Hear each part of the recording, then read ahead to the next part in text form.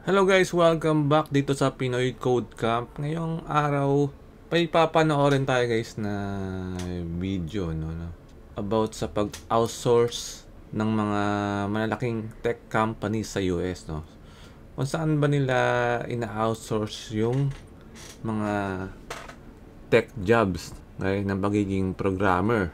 Alamin natin kung bakit nila kailangan i-outsource yung mga trabaho na yon sa ibang bansa. So, panoorin natin tong documentary na ginawa ng Economy Media, no? How Tech Companies Are Outsourcing Tech Jobs. So, yan yung title ng kanilang documentary. So, panoorin natin to, guys. Jobs. That's the number of positions that were outsourced in 2024. Across the country, thousands of hard-working Americans are losing their jobs and being replaced by foreign workers. Lower hiring costs in countries such as India, the Philippines, and China have led tech companies to hire workers outside U.S. borders. Dozens of UCSF workers are out of a job tonight. The reason? Cheaper labor overseas. So, yung mga malalaking tech companies sa US, ina-outsource nila yung trabaho ng kanilang mga IT sa India, no, at Philippines. So, nabanggit yung bansa natin doon, no. Ang reason daw nila dahil sa cheap labor. So, mas mura kasi yung labor talaga pag nasa Asia compared sa US. One of the main reasons for this shift was the difference in wage costs. Since it doesn't require firms to recruit American workers first, it makes it easier for them to replace those workers with cheaper foreign counterparts. In the U.S., tech worker salaries have been significantly higher compared to countries like India, where software engineers may earn 30% of what their American counterparts make. The average salary for a software developer in the US is approximately $107,000 per year, while in India, the figure hovers around $15,000, a significant difference. Outsourcing has allowed tech companies to dramatically reduce their operating costs, resulting in higher profit margins and, in many cases, more competitive prices for their products and services. The average cost of a software developer in the US is around $60 per hour. In contrast, the cost of a programmer in India can be as low as $20 per hour, depending on experience and skill. So yun guys, so narinig nyo sa India, mas mura talaga yung labor, no? So, $20 per hour. Actually, pwede pa nga mas lower yan eh. Tapos, kapag sa US naman, ang per hour nila doon nasa umabot ng 60 or more, no? So, nakita nyo yung difference kapag in-outsource talaga yung mga trabaho papunta sa mga countries na may cheaper labor. Mas malaki yung natitipid ng mga tech companies na to, saka mas malaki yung kanilang magiging profit. Yun yung reason talaga nila eh. Kaya nila ina-outsource yung mga trabaho na yun para makatipid at para kumita ng malaki. Sa Philippines halos ganun din, no? Halos same din with India, no? Mga umaabot na rin ng mga $20 per hour yung bayad. Lalo na sa mga IT na trabaho.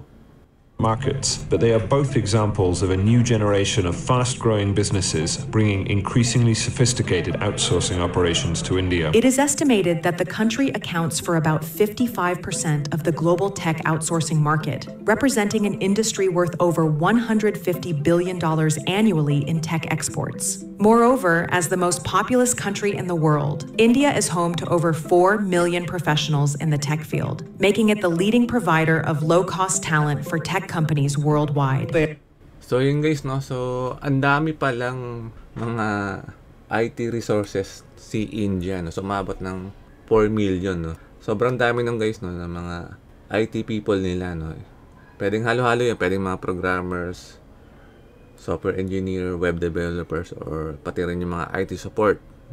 Ang tanong dyan guys, no? So sa Philippines ba, gaano karami ang mga tao na qualified, no, para tanggapin tong mga job na ino-offer ng mga nagaling sa US, galing dito sa mga tech companies na to. So, ilang Pilipino ba ang kayang gawin yung trabaho na yon? Anong gagawin natin guys, no, sa Philippines? So, dapat samantalahin natin tong opportunity na to, no. So, dapat makipagsabayan din tayo sa India, ano, in terms sa dami ng mga IT people. Marami namang mga IT students sa Philippines, no.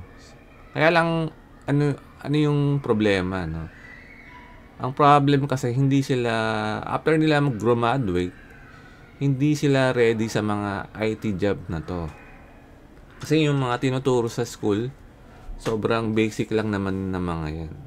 So para maging qualified tayo sa mga tech job na yan, para ma-hire tayo, so dapat meron tayo ng mga skills na hinahanap nila. Yan yung kulang sa atin, no. So kailangan ang advice ko lang, no, para sa mga IT students saka yung lalo na sa mga IT graduates natin. So try nyo guys i-improve yung skills nyo sa IT. Pwede kayo mag-focus, no, sa isang area ng IT. Tapos kailangan nyo talaga mag self-study para ma-improve yung skills nyo, pati yung knowledge nyo. Halimbawa, kung gusto nyo maging programmer, no, so kailangan pumili kayo ng at least mga 2 programming language na doon kayo magko-focus. Try nyo aralin yun guys, no. Try nyo ma-master yung programming language na yun. Kasi yung mga IT companies na to, ang gusto nila, marami tayong skills sa IT. So marami tayong alam na mga programming language. Gusto nila flexible tayo. Sa IT dapat flexible ka, no? So kung programmer ka, dapat kaya mong mag-aral ng iba't ibang programming language. Okay guys, no, para naman sa mga gustong matuto ng web development or gustong maging web developer. So meron akong ino-offer guys na course, no, dito sa website natin sa Pinoy Code Camp. So puntahan nyo lang yan, pinoycodecamp.com. So dito guys, pwede kayong matuto ng web development. So sa course natin guys, ang mga skills na matututunan nyo ay ito, no. Yan, pwede kayong matuto ng HTML, CSS, JavaScript, React, Angular, yan, at Node.js and Express. At aside sa mga web development na skills na yan, no, pwede rin kayo matuto ng Python and Java programming. So actually yung Python and Java, ginagamit na rin yan sa web development guys. So puntahan nyo to guys, no, itong website natin. If interested kayo guys, pwede kayong mag-join dito. So click nyo lang tong sign up dito, tapos mag-register lang kayo. Okay? So yun lang guys, no. Maraming salamat sa inyong panonood at magkita-kita ulit tayo sa mga next video ko.